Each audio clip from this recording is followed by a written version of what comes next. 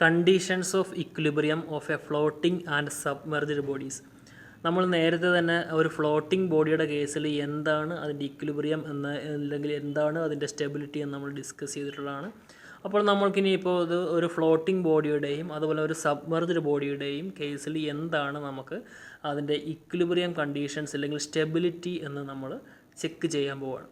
Okay, അപ്പോൾ ആദ്യമേ നമുക്ക് എന്താണ് ഫ്ലോട്ടിംഗ് ബോഡി എന്ന് പറഞ്ഞാൽ എന്താണെന്ന് നമുക്കറിയാം. എന്താണ്, നമ്മളൊരു ഒബ്ജക്റ്റിനെ നമ്മൾ ഏതെങ്കിലും ഒരു ലിക്വിഡിലോ അല്ലെങ്കിൽ എന്തെങ്കിലും ഒരു വെള്ളത്തിലോ എന്തെങ്കിലും ഇടിയാണെങ്കിൽ ആ ഒബ്ജക്റ്റ് ആ മേളിൽ ഇങ്ങനെ പൊങ്ങി കിടക്കുകയാണെങ്കിൽ അതിനെയാണ് നമ്മൾ എന്ത് പറയുന്നത്, ഫ്ലോട്ടിംഗ് ബോഡി എന്ന് പറയുന്നത്. അതേപോലെ തന്നെ ആ ഒബ്ജക്റ്റ് വെള്ളത്തിനടിയിലേക്ക് അല്ലെങ്കിൽ ലിക്വിഡിനടിയിലേക്ക് താഴ്ന്നു പോവുകയാണെങ്കിൽ അതിനെയാണ് നമ്മൾ സബ്മെർജ്ഡ് ബോഡി എന്ന് പറയുന്നത്. ഓക്കെ, അപ്പോൾ നമ്മുടെ സബ്മെർജ്ഡ് ബോഡിയുടെയും അതുപോലെ തന്നെ ഫ്ലോട്ടിംഗ് ബോഡിയുടെയും നമ്മൾ എങ്ങനെയാണ് അതിനെ സ്റ്റേബിൾ ആണോ എന്ന് നമ്മൾ പറയണതിന് നമുക്കൊരു ചെറിയ ഒരു എക്സ്പ്ലനേഷൻ ഉണ്ട്. എന്താണ്, നമ്മളൊരു ഒബ്ജക്റ്റ് എന്താണ്, നമ്മൾ ഏതെങ്കിലും ഒരു ഫ്ലോട്ടിംഗ് ബോഡി ഇല്ലെങ്കിൽ ഒരു സബ്മെർജ്ഡ് ബോഡിയെ നമ്മളൊരു ചെറിയൊരു ഡിസ്റ്റർബൻസ് അതിൽ കൊടുക്കുകയാണെങ്കിൽ, നമ്മൾ ചെറുതായിട്ടൊന്ന് അതിനെ അനക്കുകയാണെങ്കിലോ അല്ലെങ്കിൽ ചെറിയ ഒരു ഡിസ്റ്റർബൻസ് നമ്മളതിന് കൊടുക്കുകയാണെങ്കിലോ അത് അതിൻ്റെ ഒറിജിനൽ പൊസിഷനിൽ, അതായത് ഈ ഡിസ്റ്റർബൻസ് കൊടുക്കുന്നതിന് മുന്നേ ഏത് പൊസിഷനിലാണോ ഇരുന്നത് അതേ പൊസിഷനിലേക്ക് തിരിച്ചെത്തുവാനുള്ള ഒരു ശ്രമം നടത്തുകയോ അല്ലെങ്കിൽ തിരിച്ചെത്തുകയോ ചെയ്യുകയാണെങ്കിൽ അങ്ങനെയുള്ള ബോഡീസിനാണ് നമ്മളെന്ന് പറയുന്നത് സ്റ്റേബിൾ ബോഡീസ് എന്ന് പറയുന്നത്. ഓക്കെ, അപ്പം നമുക്ക് ഈ സെൻറ്റർ ഓഫ് ഗ്രാവിറ്റിയുടെയും സെൻറ്റർ ഓഫ് ബോയൻസിയുടെയും റിലേറ്റീവ് പൊസിഷൻ വെച്ചിട്ടാണ് നമ്മൾ ഒരു സബ്മെർജ്ഡ് ബോഡിയുടെ സ്റ്റെബിലിറ്റി കണ്ടുപിടിക്കുന്നത് അല്ലെങ്കിൽ സ്റ്റെബിലിറ്റി ഡിഫൈൻ ചെയ്യുന്നത്. അതേപോലെ തന്നെ ഫ്ലോട്ടിംഗ് ബോഡിയുടെ കേസാണെങ്കിൽ നമ്മൾ നേരത്തെ ഡിസ്കസ് ചെയ്ത പോലെ തന്നെ മെറ്റാ സെൻറ്റർ വെച്ചിട്ടാണ് നമ്മൾ ഒരു ഫ്ലോട്ടിംഗ് ബോഡിയുടെ സ്റ്റെബിലിറ്റി ഡിറ്റർമൈൻ ചെയ്യുന്നത്. അപ്പോൾ നമുക്കിനി അടുത്തതെന്ന് പറഞ്ഞാൽ ഒരു സബ്മെർജ്ഡ് ബോഡി ആണെങ്കിൽ അവിടെ നമുക്ക് എന്താണ് ഈ relative position between centre of ഗ്രാവിറ്റിയും സെൻറ്റർ ഓഫ് ബോയൻസിയാണ് അതിൻ്റെ ആ ഒരു സ്റ്റെബിലിറ്റി നമുക്ക് ഡിറ്റർമൈൻ ചെയ്യുന്നതെങ്കിൽ, നമ്മുടെ ആ ഒരു ഫ്ലോട്ടിംഗ് ബോഡിയുടെ കേസിലാണെങ്കിൽ നമുക്ക് എന്താണ് അവിടെ ഒരു മെറ്റാ സെൻറ്ററിൻ്റെ റിലേറ്റീവ് പൊസിഷൻ, മെറ്റാ സെൻറ്റർ നമ്മുടെ സെൻറ്റർ ഓഫ് ഗ്രാവിറ്റിക്ക് മുകളിലാണോ താഴെയാണോ അല്ലെങ്കിൽ മെറ്റാ സെൻറ്റർ ഹൈറ്റ് വെച്ചിട്ടാണ് നമ്മളവിടെ ആ ഒരു സ്റ്റെബിലിറ്റി ഡിറ്റർമൈൻ ചെയ്തത്. അപ്പോൾ നമുക്ക് ആദ്യമേ സ്റ്റെബിലിറ്റി ഓഫ് സബ്മെർജ്ഡ് ബോഡി നമുക്ക് നോക്കാം. ഓക്കെ, എന്താണ് സ്റ്റെബിലിറ്റി ഓഫ് സബ്മെർജ്ഡ് ബോഡി എന്ന് പറഞ്ഞാൽ, ഇപ്പോൾ ഞാൻ ഈ ഫിഗറിനകത്ത് എടുത്തിരിക്കുന്നത് ആദ്യത്തെ ഫിഗറിൽ ഞാൻ എടുത്തിരിക്കുന്ന ഒരു ബലൂണാണ്. അപ്പോൾ ഇതാണ് നമുക്ക് ഈ ബലൂണാണ് എടുത്തിരിക്കുന്നത്. ആ ബലൂൺ നമുക്ക് നോക്കിയാൽ തന്നെ അറിയാം ആ ബലൂണിൻ്റെ ഈ അടി ഇത്രയും പാട്ട് നമുക്ക് ഇച്ചിരി കട്ടിയായിട്ടാണ് ഉണ്ടാക്കിയിരിക്കുന്നത് അല്ലേ. അപ്പോൾ ഇത്രയും പാട്ട് കുറച്ച് കട്ടിയായിട്ടാണ് അവിടെ ഉണ്ടാക്കിയിരിക്കുന്നത്. ഇനി അതിൻ്റെ റിലേറ്റീവ് പൊസിഷനാണ് ഞാനിവിടെ കാണിച്ചിരിക്കുന്നത്. അപ്പോൾ റിലേറ്റീവ് പൊസിഷൻ നോക്കുകയാണെങ്കിൽ നമുക്കെന്താണ്, ഇത് കുറച്ചുകൂടെ കാണിച്ചു തരാം. അപ്പോൾ ഇത് നോക്കുമ്പോൾ നമുക്ക് എന്താണ് അറിയുന്നത്, നമുക്കിതാ ഈ ബി എന്ന് പറയുന്നത് എന്താണ്, നമ്മുടെ സെൻറ്റർ ഓഫ് ബോയൻസിയാണ്. ജി എന്ന് പറയുന്നത് സെൻറ്റർ ഓഫ് ഗ്രാവിറ്റിയാണ്. അത് നമുക്കറിയാം, നമുക്ക് വെയിറ്റ് എവിടെയാണോ വന്നത് അവിടേക്കായിരിക്കും സെൻറ്റർ ഓഫ് ഗ്രാവിറ്റിയുടെ ആ ഒരു അട്രാക്ഷൻ ഉണ്ടാവുക. അപ്പോൾ സെൻറ്റർ ഓഫ് ഗ്രാവിറ്റി ഇവിടെയും സെൻറ്റർ ഓഫ് ബോയൻസി ഇവിടെയാണ് വരിക. ഈ സെൻറ്റർ ഓഫ് ഗ്രാവിറ്റിയിലാണ് ഈ ബോഡിയുടെ വെയിറ്റ് W ആക്ട് ചെയ്യുന്നത്. സെൻറ്റർ ഓഫ് ബോയൻസിലാണ് നമുക്ക് force of buoyancy upward force act ചെയ്യുന്നത്. അപ്പോൾ ഇതിപ്പോൾ ഫുള്ളി സബ്മെർജ്ഡ് ഇൻ എയർ ആണ്. അതുകൂടി ആലോചിച്ചോളണം. നമ്മുടെ ഈ ഒബ്ജക്റ്റ് ഫുള്ളി നമ്മൾ വെള്ളത്തിനടിയിലേക്കല്ല ഇട്ടിരിക്കണത്. ഇത് ഫ്ലൂയിഡിനകത്ത് നമ്മളൊരു എയറിനകത്താണ് ബലൂൺ നിൽക്കുന്നത്. ഓക്കെ, എയറിനകത്ത് ബലൂൺ നിൽക്കുകയാണെങ്കിൽ നമുക്കതിനെ പറയാൻ പറ്റും ഫുള്ളി സബ്മെർജ്ഡ് ഇൻ എയർ എന്ന് നമുക്കതിനെ പറയാൻ പറ്റും. ഓക്കെ, അപ്പോൾ ഇനി ഞാൻ അടുത്ത ചെയ്യാൻ പോണത് ഈ ഒരു ഇത്രയും പാർട്ട് ഞാനൊരു ആംഗുലാർ ഡിസ്റ്റർബൻസ് ഞാൻ കൊടുക്കാൻ പോവുകയാണ്. ചെറിയൊരു തട്ടൽ ഞാനതിൽ തട്ടിയപ്പോൾ എന്താ സംഭവിച്ചത്, അത് ഈ രണ്ടാമത്തെ പൊസിഷനിലേക്ക് അത് വന്നു. രണ്ടാമത്തെ പൊസിഷനിലേക്ക് അതെത്തി. ആ പൊസിഷനിലേക്ക് വന്നപ്പോൾ നമുക്ക് ഈ ബി എന്ന് പറയണതും അതുപോലെ ജി എന്ന് പറയുന്നത് അവിടെ തന്നെയുണ്ട്. പക്ഷേ ജി നമ്മളൊന്ന് ചരിഞ്ഞപ്പോൾ നമുക്ക് ഇത് W നമ്മൾ ആക്ട് ചെയ്യുന്നത് ഈ ഒരു ഡയറക്ഷനിലാണ്, FB നമ്മൾ ആക്ട് ചെയ്യുന്നത് ഈ ഒരു ഡയറക്ഷനാണ്. അപ്പോൾ ഇത് ഞാൻ കുറച്ചിങ്ങോട്ട് മാറ്റി വരക്കുവാണെങ്കിൽ ജി ഇങ്ങനെയും വെയിറ്റ് W നമുക്ക് ഇങ്ങനെ ആക്ട് ചെയ്യും. അതുപോലെ തന്നെ FB നമുക്ക് ഇതേപോലെയും കുറച്ച് മാറി ആക്ട് ചെയ്യും. അപ്പോൾ എന്താണ് ശരിക്കും സംഭവിക്കുന്നത്, ഇങ്ങനെ ഒരു ലൈൻ ഉണ്ടെങ്കിൽ ഇവിടേക്ക് വെയിറ്റും ഇവിടേക്ക് FBയും ആക്ട് ചെയ്യുന്നത്. അപ്പോൾ ടു ഈക്വലൻ്റ് ഓപ്പോസിറ്റ് ഫോഴ്സസ് ആണ് നമുക്കിവിടെ FBയും Wയും വരുന്നത്.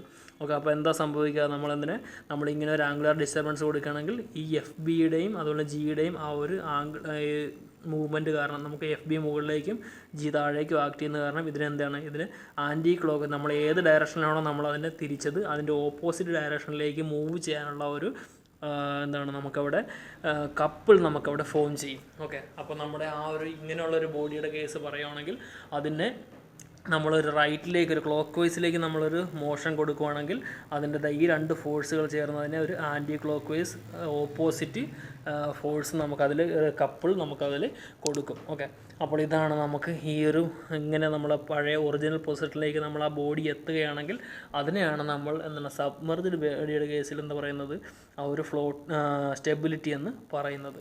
ഓക്കെ, ഇനി അടുത്തത് നമുക്ക് രണ്ടാമത്തെ ഒരു ബോഡി നോക്കാം. അതായത് ഞാനിങ്ങനെ വെക്കുകയാണ്. ഇതാണ് നമ്മുടെ രണ്ടാമത്തെ ഒരു ബലൂൺ നമ്മൾ കൺസിഡർ ചെയ്യേണ്ടത്. നമ്മൾ ജസ്റ്റ് ആ ബലൂൺ ഒന്ന് തിരിച്ച് മുകളിലേക്ക് വെച്ചു.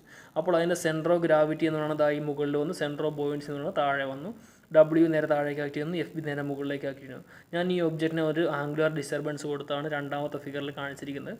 ആംഗുലർ ഡിസ്റ്റർബൻസ് കൊടുക്കുമ്പോൾ ഈ ഫോഴ്സിനെ നോക്കുക. ഈ G നേരെ താഴേക്ക് ആക്കി വന്നു, W നേരെ മുകളിലേക്ക് ആക്കി വന്നു. അപ്പോൾ നമ്മൾ കൊടുത്ത ഫോഴ്സ് ഈ ഡയറക്ഷനിലാണ്. നമുക്കിവിടെ കിട്ടുന്ന എഫക്റ്റും എന്താണ്, ക്ലോക്ക് വൈസ് ഡയറക്ഷനിൽ തന്നെയാണ് നമുക്ക് കിട്ടുന്നത്. ഓക്കെ, അപ്പോൾ നമുക്ക് ആ ബോഡീനെ എന്താണ് നമുക്ക് അല്ലേ തന്നെ നമുക്ക് കോമൺ സെൻസിൽ ആലോചിച്ചറിയാം. ഈ വെയിറ്റ് മുകളിലാണെങ്കിൽ നമ്മൾ ആ ബോഡീനെ ഇങ്ങനെ ചരിച്ചാൽ അത് ഒരു കാരണവശാലും വീണ്ടും തിരിച്ച് മുകളിലേക്ക് പോകില്ല. വെയിറ്റ് എപ്പോഴും എന്ത് ചെയ്യും, വെയിറ്റ് താഴത്തേക്ക് വരാനുള്ള ടെൻഡൻസി ഉണ്ടാകും. ഓക്കെ, അപ്പോൾ ഈ ബോഡി നമുക്ക് അൺസ്റ്റേബിൾ ഇക്വിലിബ്രിയത്തിലാണെന്ന് പറയാം. കാര്യം നമ്മൾ ആദ്യം ഉണ്ടായിരുന്ന പൊസിഷനിലേക്ക് എന്ത് ചെയ്യുന്നു, ആദ്യം ഉണ്ടായിരുന്ന ആ ഒരു പൊസിഷനിലേക്ക് അത് നേരെ എത്തുന്നില്ല, തിരിച്ചവിടെ എത്തുന്നില്ല. അങ്ങനെയുള്ള ബോഡിയാണ് അൺസ്റ്റേബിൾ ബോഡി എന്ന് പറയുന്നത്. ഓക്കെ, ഇനി ലാസ്റ്റത്തെ നമുക്ക് എന്താണ് ന്യൂട്രൽ ബോഡി. നമുക്ക് ന്യൂട്രൽ ബോഡി എന്ന് പറഞ്ഞാൽ ഇതാണ്. സെൻറ്റർ ഓഫ് ഗ്രാവിറ്റിയും സെൻറ്റർ ഓഫ് ബോയിൻസിയും ഒരു പോയിന്റിലാണ് ഇവിടെ വന്നിരിക്കുന്നത്. ഇതിനെയാണ് നമ്മൾ ന്യൂട്രൽ ഈക്വിലിബ്രിയം എന്ന് പറയുന്നത്. അപ്പോൾ നമുക്കിനി ഇതിൻ്റെ ഒരു സ്റ്റെബിലിറ്റി പറയാനായിട്ട് നമുക്കൊരു 3 പോയിന്റ് ഉണ്ട്. ഒന്നാമത്തെ പോയിന്റ് സ്റ്റേബിൾ ഈക്വിലിബ്രിയം. ഓക്കെ, അപ്പോൾ FB = W, അതായത് weight of the body = ബോയിൻ force ആണ്. അങ്ങനെയാണെങ്കിൽ ഇനി നമുക്ക് സെൻറ്റർ ഓഫ് ബോയൻസി നമ്മുടെ സെൻറ്റർ ഓഫ് ഗ്രാവിറ്റിനേക്കാൾ മുകളിലാണെങ്കിൽ ആ ബോഡി സ്റ്റേബിൾ ഇക്വിലിബ്രിയത്തിലായിരിക്കുമെന്ന് നമുക്ക് പറയാൻ പറ്റും. അതാണ് ഒരു സബ്മർജ്ഡ് ബോഡിയുടെ കേസിൽ സ്റ്റെബിലിറ്റി പറയുന്നത്. ഇനി ഇത്രയും പറയുന്നത് നോക്കില്ലെങ്കിൽ ഈ പോയിന്റ് മാത്രം നമുക്ക് ആലോചിച്ച് വെക്കുക. എന്താണ്, നമ്മുടെ ആ ഒരു centre of buoyancy centre of ഗ്രാവിറ്റിക്ക് മുകളിലാണെങ്കിൽ ആ ഒരു ബോഡി സ്റ്റേബിൾ ഇക്വിലിബ്രിയത്തിലായിരിക്കും. ഇനി അൺസ്റ്റേബിൾ ഇക്വിലിബ്രിയം എന്ന് പറഞ്ഞാൽ നേരെ തിരിച്ച് പറയാം. എന്താണ്, സെൻറ്റർ ഓഫ് ബോയൻസി താഴെയും സെൻറ്റർ ഓഫ് ഗ്രാവിറ്റി മുകളിലുമാണെങ്കിൽ എന്താണ്, ആ ഒരു ബോഡി അൺസ്റ്റേബിൾ ഇക്വിലിബ്രിയത്തിൽ ആയിരിക്കും. ഓക്കെ, ഇനി ലാസ്റ്റത്തെ ന്യൂട്രൽ ഇക്വിലിബ്രിയം എന്ന് പറഞ്ഞാൽ FB = W and centre of buoyancy B and centre of gravity G എന്ന് പറയുന്നത് ഒരു സെയിം പോയിന്റിലാണെങ്കിൽ അങ്ങനെയുള്ള ഇക്വിലിബ്രിയത്തിനെ നമ്മൾ എന്താ പറയുക, ന്യൂട്രൽ ഇക്വിലിബ്രിയം എന്നാണ് പറയുന്നത്. അപ്പോൾ ഇതാണ് നമ്മുടെ സബ്മർജ്ഡ് ബോഡിയുടെ കേസിൽ സ്റ്റെബിലിറ്റി നമ്മൾ പറയുന്നത്. ഓക്കെ, അപ്പോൾ നമുക്ക് സ്റ്റെബിലിറ്റി നമുക്ക് അതിനെക്കുറിച്ച് പറയണം. സബ്മർജ്ഡ് ബോഡിയുടെ കേസിൽ സ്റ്റെബിലിറ്റിയെക്കുറിച്ച് ഡിഫൈൻ ചെയ്യാൻ പറയുകയാണെങ്കിൽ നമ്മൾ എന്ത് പറയണം? ഓക്കെ, സെൻറ്റർ ഓഫ് ഗ്രാവിറ്റി താഴെയും സെൻറ്റർ ഓഫ് ബോയൻസി മുകളിലാണെങ്കിൽ എന്തായിരിക്കും, സ്റ്റേബിൾ ഇക്വിലിബ്രിയം ആയിരിക്കും.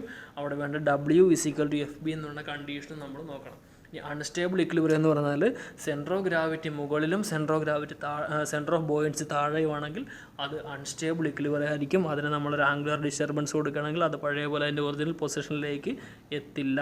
ഓക്കെ, ലാസ്റ്റത്തത് ന്യൂട്രൽ ഇക്വിലിബ്രിയം എന്ന് പറഞ്ഞാൽ if W = FB and G and B are at same point, അങ്ങനെയാണെങ്കിൽ നമ്മളതിനെ എന്ത് പറയുന്നു, നമ്മളതിനെ ന്യൂട്രൽ ഇക്വിലിബ്രിയം എന്ന് പറയുന്നു.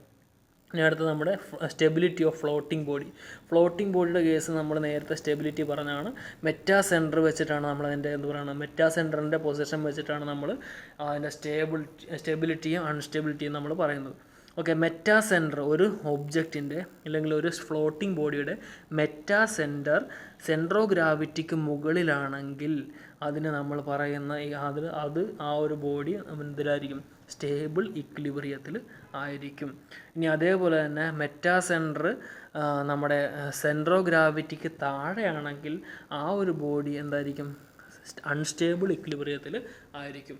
ഇവിടെ ഇനി ന്യൂട്രൽ ഇക്വിലിബ്രിയം എന്ന് പറഞ്ഞാൽ എന്തായിരിക്കും, മെറ്റാ സെൻറ്ററും അതുപോലെ തന്നെ സെൻറ്റർ ഓഫ് ഗ്രാവിറ്റിയും ഒരു പോയിന്റിൽ വരുവാണെങ്കിൽ എന്തായിരിക്കും, നമ്മുടെ ആ ഒരു ഒബ്ജക്റ്റ് ന്യൂട്രൽ ഇക്വിലിബ്രിയത്തിൽ ആയിരിക്കും.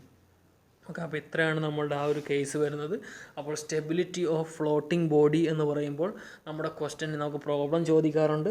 അവിടെ മെറ്റാസെൻട്രിക് ഹൈറ്റ് വെച്ചാണ് നമ്മൾ ആൻസർ ചെയ്യേണ്ടത്. ഈ മെറ്റാസെൻട്രിക് ഹൈറ്റ് നമ്മൾ കണ്ടുപിടിച്ചിട്ട് മെറ്റാസെൻട്രിക് ഹൈറ്റ് പോസിറ്റീവ് ആണെങ്കിൽ നമ്മളുടെ ഫ്ലോട്ടിംഗ് ബോഡി സ്റ്റേബിൾ ഇക്വിലിബ്രിയത്തിലായിരിക്കും. ഇനി മെറ്റാസെൻട്രിക് ഹൈറ്റ് കണ്ടുപിടിച്ച് മെറ്റാസെൻട്രിക് ഹൈറ്റ് നെഗറ്റീവ് ആണെങ്കിൽ നമ്മുടെ ബോഡി അൺസ്റ്റേബിൾ ഇക്വിലിബ്രിയത്തിലായിരിക്കും.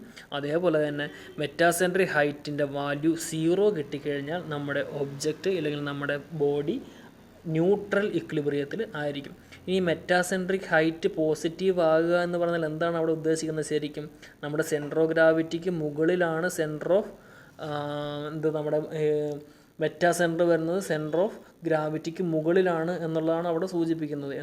നമ്മുടെ മെറ്റാസെൻട്രിക് ഹൈറ്റിൻ്റെ വാല്യൂ പോസിറ്റീവ് കിട്ടുവാണെങ്കിൽ. ഓക്കെ, അപ്പോൾ ഈ ഫിഗർ നോക്കിയാൽ അറിയാം. നമുക്കിതാ ഇവിടെ നോക്കിയാൽ ഈ ഒരു ഫിഗർ നോക്കിക്കഴിഞ്ഞാൽ ഇതാണ് നമ്മുടെ സെൻറ്റർ ഓഫ് ഗ്രാവിറ്റി, ഇതാണ് നമ്മുടെ സെൻറ്റർ ഓഫ് ഗ്രാവിറ്റി, ഇതാണ് നമ്മുടെ മെറ്റാസെൻറ്റർ എന്ന് പറയുന്നത്.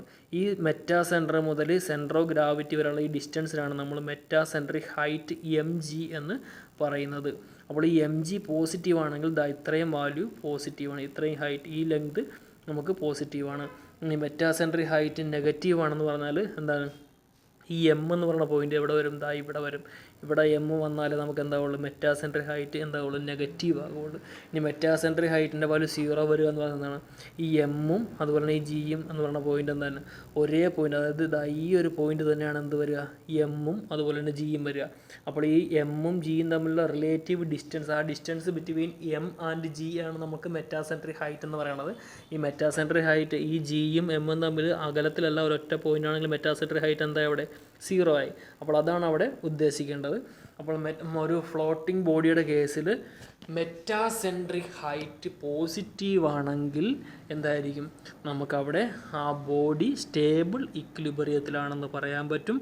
ആ സ്റ്റേബിൾ ഇക്വിലിബ്രിയം എന്ന് പറഞ്ഞാൽ അതിൻ്റെ metacentre is above centre of gravity of the floating body എന്ന് നമുക്ക് പറയാൻ പറ്റും.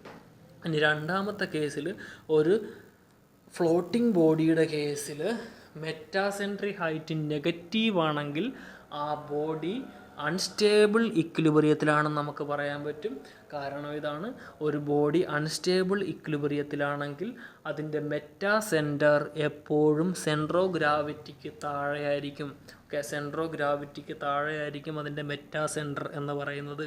ഓക്കെ, അങ്ങനെ വരുമ്പോൾ നമുക്ക് മെറ്റാസെൻട്രിക് ഹൈറ്റിൻ്റെ വാല്യൂ നെഗറ്റീവ് വാല്യൂ കിട്ടും. ഓക്കെ, ഇനി അടുത്തത് മൂന്നാമത്തെ കേസ് ആൻഡ് ലാസ്റ്റത്തെ കേസ് എന്ന് പറയുന്നത് neutral equilibrium of a floating body.